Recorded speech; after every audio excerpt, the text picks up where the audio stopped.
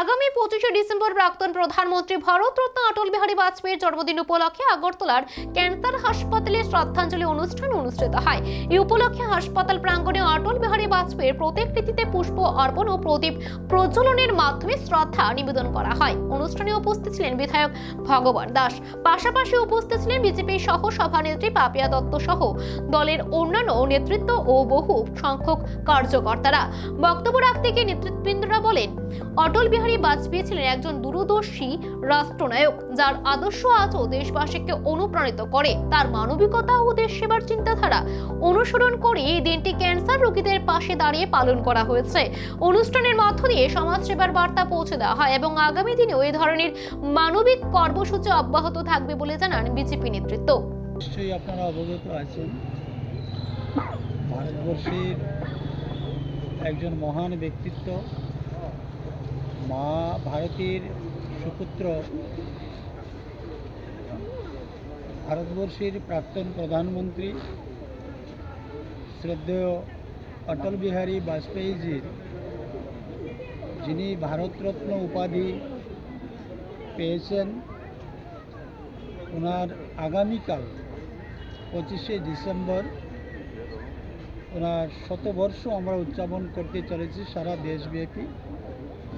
তারই অঙ্গ হিসাবে আজকে আমরা 24 ডিসেম্বর যতগুলো অটলজির মূর্তি রয়েছে প্রত্যেক মূর্তি আমরা সাফাই করছি এবং আগরতলা স্থিত ক্যান্সার হসপিটালে যে মূর্তি রয়েছে সেই মূর্তি আমরা কিছুক্ষণ আগেই আমরা সাফাই করেছি এবং মাল্যদান করেছি। আমার সঙ্গে উপস্থিত রয়েছেন ভারতীয় জনতা পার্টি ত্রিপুরা প্রদেশ কমিটির মাননীয় সহসভানেত্রী শ্রীমতী পাপিয়া দত্ত মহোদয়া, আমাদের অন্যান্য নেতৃত্ববৃন্দ, এখানকার স্থানীয় যারা কর্মকর্তা। আজকে আমরা অটলজির এই দিনের পুণ্য লগ্নে আমরা ওনাকে স্মরণ করছি। ক্রমান্বয়ে আমাদের আগামীকাল থেকে 31 ডিসেম্বর পর্যন্ত বিভিন্ন ধরনের কর্মসূচি রয়েছে। আমরা সারা দেশের সঙ্গে আমাদের রাজ্য সেই কর্মসূচিগুলো আমরা পালন করব। তো আজকে থেকে আমাদের এই কর্মসূচি তার শুভারম্ভ হয়েছে।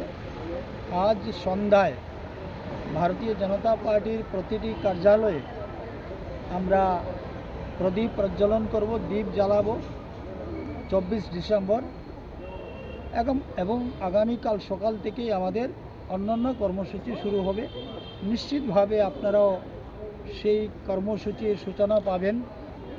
এবং অটলজি এমন একজন ব্যক্তিত্ব, তিনি শুধু ভারতবর্ষের প্রধানমন্ত্রী ছিলেন না, উনি আধুনিক ভারতের রূপকার হিসাবে আমরা জানি। ওনার প্রধানমন্ত্রিত্বকালে গরিব কল্যাণে যে সমস্ত সুবিধা বা স্কিম চালু হয়েছিল, আজকেও দেশের কোটি কোটি গরিব মানুষ সেই সুযোগ ভোগ করছেন এবং সুবিধা লাভ করছেন।